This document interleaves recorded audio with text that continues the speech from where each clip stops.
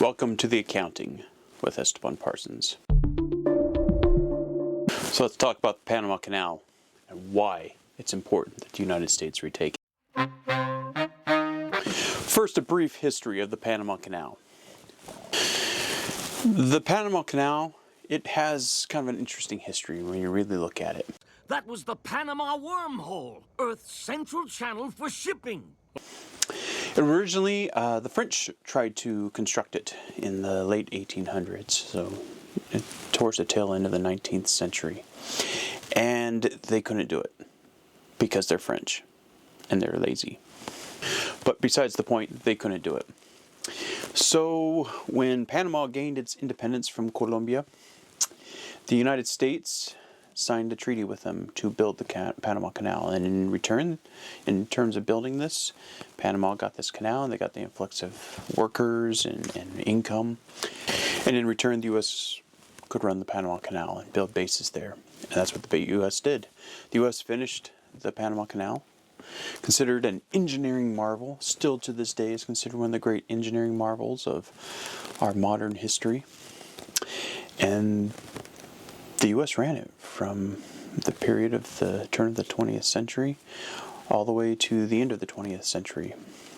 And the U.S. also had some military bases there, Air Force bases, Army bases, some naval bases. And in that time, everything flourished. Panama benefited, the U.S. benefited, and China was nowhere to be seen.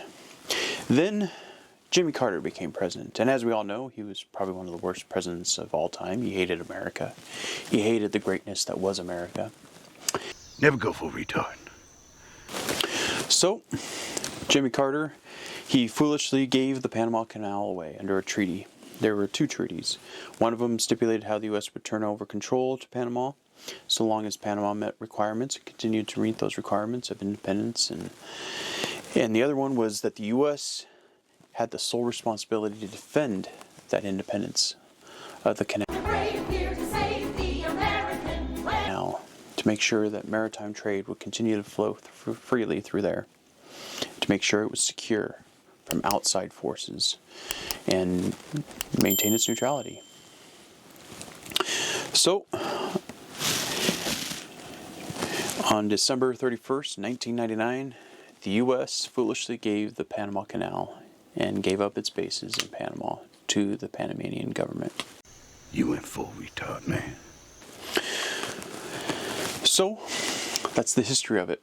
And since that day in 1999, the U.S. has not had a large permanent military base in Latin America, other than the Soto Cano Air Base and some other joint bases where the U.S. would basically fly some surveillance aircraft in and land them there, and have kind of a small presence of Air Force or naval personnel to maintain those aircraft, but that's about it. And some occasional security or deployments of the 7th Group to train indigenous forces and train host countries' military forces or police, specialized tactical units.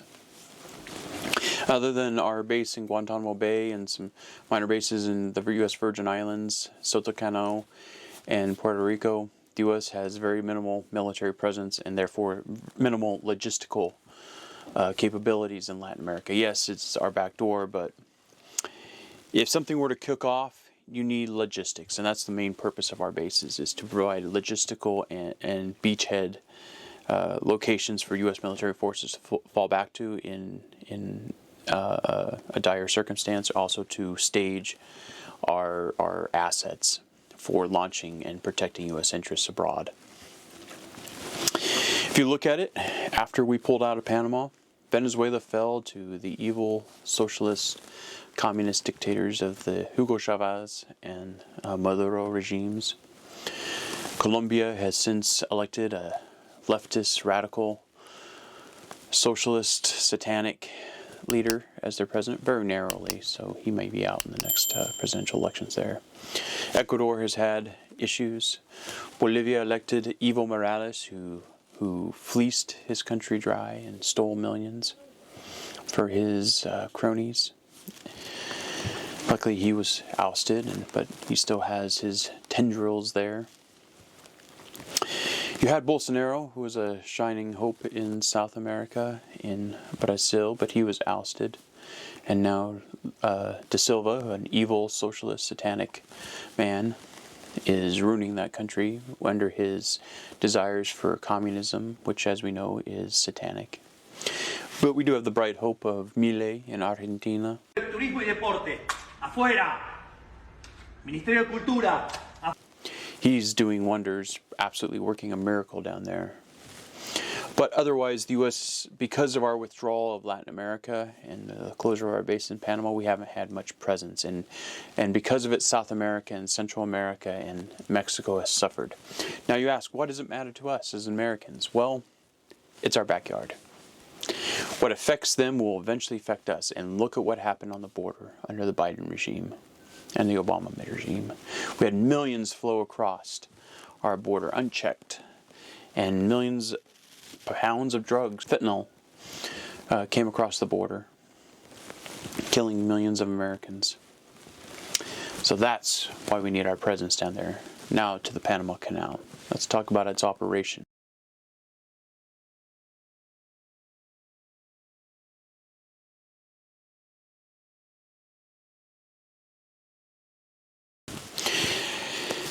With the construction of the Panama Canal, basically it raises boats out of the Pacific Ocean or out of the Atlantic Ocean, and they traverse across land through some canal and an artificial lake that was created, and they sail from one ocean, and then the locks lower it back down to sea level, and they can traverse, thereby cutting their trip basically in half, so they don't have to go around the Straits of Magellan, which costs time and money, thereby increasing costs and also the dangers of crossing the Straits of Magellan. It is not a hospitable place to cross.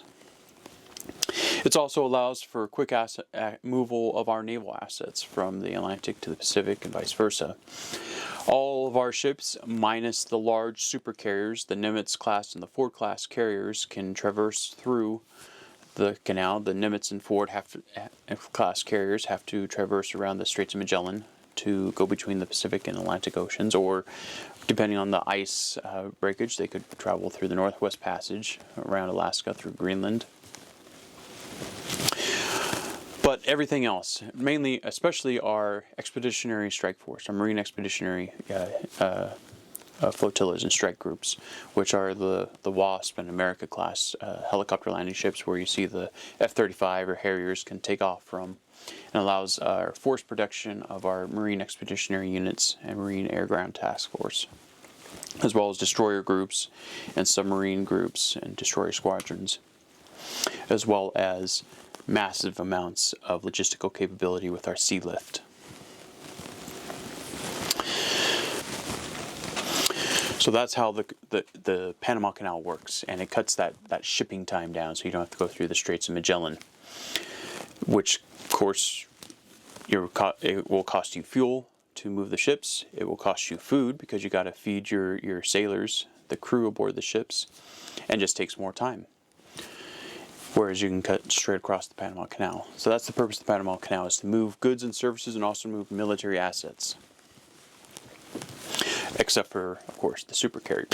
So why is retaking the Panama Canal so important? Well, there's a couple of reasons. One, Panama hasn't been running it correctly. Yes, they built a new set of locks that can allow bigger ships. Again, the supercarriers of the United States cannot pass through even the larger locks. They're just too large. And even some of the largest container ships in the world cannot pass through the locks. But otherwise, the new locks that Panama built are able to do that. And they did increase some infrastructure for Gatun Lake, because Gatun Lake, you have to have a certain water level to move the ships through there. Now, one of the problems with Gatun Lake is they haven't built and continue to build upon their infrastructure. They haven't been investing the profits from the canal. They haven't been reinvesting that into infrastructure properly. That infrastructure is necessary to maintain the water levels for Gatun Lake. Now, you'll have the leftist environmental freaks say that it's all climate change, it's global warming. And now, I'll be on my way. Not so fast, Sunbeam. We're greenhouse gases. You ain't going nowhere. That's the reason why the water levels in Gatun Lake are not at the levels they should be. When actually, if you have ever been to Central or South America, in those areas, you have various times of the year which are called dry season and rainy season. Now, in the rainy season, you receive a large amount of rain, like inches in a couple of hours. I mean, huge amounts of rain. I myself have been in Central America during the rainy seasons, and there were times where our vehicle could not drive on the road, not because it was flooding. They have pretty decent, in most of the major cities, decent ways to move the wastewater, but the rain was just so heavy your wipers could not keep up with it. That's how much rain they receive. So it's not a matter of receiving enough rain, and it's not a matter of this climate change. What it is they're not capturing enough water to feed into Gantoon Lake. They just need to have more viaducts. They need to be able to dam more rivers and divert rivers to Gantoon Lake. That's what they need to do, and they're not doing that. They're not reinvesting their profits into Gantoon Lake. We need a new copier, we need new chairs, and I need to figure out a way to keep this money within. Other issues with Gantoon, with the Panama Canal and the corruption associated with it, is they're supposed to be diverting some of those funds to the people of Panama, which the people of Panama are not receiving, because the Panama Canal officials are very corrupt. Quite simply, they don't have an adequate oversight body overseeing them and doing adequate forensic accounting audits to ensure that the profits are not being siphoned off. They're not doing adequate reviews of employees to ensure that they're not on the take on the side. You talk to multiple people there, they will often say that to work for the Panama Canal, you get to take so many bribes that you can afford your multi-million-dollar mansion, which if you look at real estate in the Panama City, Panama, or on the eastern seaboard, there are some very, very expensive houses that are owned by Panama Canal officials. You have to wonder how they can afford those. Some misconduct at corporate, and we have a very strict ethics policy, and that employee has been fired. So there's a huge amount of corruption, and this corruption is affecting the infrastructure of the canal, and it's affecting the people of Panama. So why the U.S. needs to retake it? Well, another problem is Panama allowed China in. Chinese Communist Party is satanic. They want nothing more than destruction of all freedom upon the earth. They hate America. They are our chief geopolitical rival on the world stage. They must be defeated. They are possibly even more evil than Soviets were during the Cold War. Communist China is a threat to humanity, plain and simple. And through their Belt and Road Initiative, they have made huge inroads into Latin America, especially the Panama Canal. They own two ports, one port on the Pacific side, one port on the east side. According to military assessments performed by U.S. Southern Command, those ports are dual purpose. They are not only commercial ports for civilian use, but also could be easily converted to military use. Now you ask, what would they use that for military? One, for military staging of operations, but also they can easily block the canal. Again, a canal is a very narrow water. It's not that hard to throw something in the middle canal and halt all traffic, thereby halting the move of commercial traffic and holding people at ransom for commercial goods, but also military assets, U.S. military assets in particular. That's the main purpose of China wanting those locations, to halt U.S. military assets and harm U.S. interests and harm you, the American. So, how do we stop that? Well, as I stated before, with the treaties that the U.S. maintains with Panama, China's not supposed to be there. Panama has violated the Treaty of Neutrality. They allowed China to enter. The U.S. has a treaty. Under the treaty, they are obligated to defend the independence. China has violated that independence. Therefore, the U.S. needs to retake the canal, reestablish our military bases, and co-run the canal with the Panamanian people and ensure that monies are invested into the canal infrastructure, but also into the people of Panama. And the U.S. oversight can do that. So how should the U.S. retake the canal? Well, one, we execute the articles under the treaty that Panama has violated. We then retake our bases at least one base on the Pacific seaboard and one base on the Atlantic or the Caribbean Sea for Air Force, Army, and naval purposes, as well as Marines and possibly Space Force and Coast Guard, so that we can properly defend that area, but also have a launching pad and power projection to the rest of South America to show that the U.S. is back. We're here to protect our backyard and to keep you guys free of communist China and free of the evils and satanic rituals of socialism. By retaking our bases, we show that power. But then by not so much retaking and running the canal, what we need to do is co-run the canal with the Panamanian people. The Panama Canal Authority should be made up of Americans and Panamanians, with American audit oversight of all personnel, including the American personnel on the site. It's basically an Office of Inspector General with full law enforcement backing of their own special agents, as well as auditors trained in the ways of combating government corruption and fraud, waste, and abuse. This American presence on the Panama Canal Authority as an oversight, we can better show the Panamanians how to reinvest their funds into Panama Canal infrastructure, ensure that the excess funds are given to the Panamanian people to provide for their education infrastructure, their municipal infrastructure, as well as just their country's national treasury as a whole. And the U.S. will get the benefit of being able to provide that oversight, but also having United States military asset and launching pads in Panama and all of Latin America once again. One of the most important parts of retaking the Panama Canal, as I've said, with our military bases, but also our surveillance capabilities that it would give us. As we know, the Darien Gap, if you do not know, the Darien Gap is in an area that exists between Panama and Colombia. It is basically impassable except for criminals. Criminals are the ones that exist there. They traverse between Colombia and Panama, and from Panama all the way up to the American southwest border. Because the canal runs the entire width of Panama, you have to cross the canal when you leave the Darien Gap to go north to the American southwest border. As such, the U.S. can have surveillance of every individual who crosses the canal, not just passes through the canal, but also crosses the canal on their northward journey to the American southwest border, thereby allowing U.S.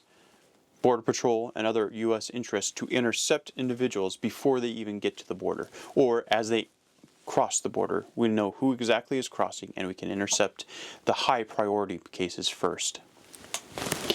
In closing, Donald Trump is right in saying that Panama Canal is rightfully ours. We paid for it, we built it. But we need to run it as co-equal partners with Panamanian people and let them keep the profits but we make sure they invest the profits properly. We also get our bases there to guarantee the neutrality and to keep China out of that area, but also to provide us a launching pad and force protection nature to show Latin America that we're here to help you, not China, and we will protect you and guarantee the interests of freedom and to keep the evils of socialism and the satanic nature of communism at bay. If you like this content, feel free to subscribe, comment, and like this video. Thank you. This was the accounting of the Panama Canal with Esteban Parsons.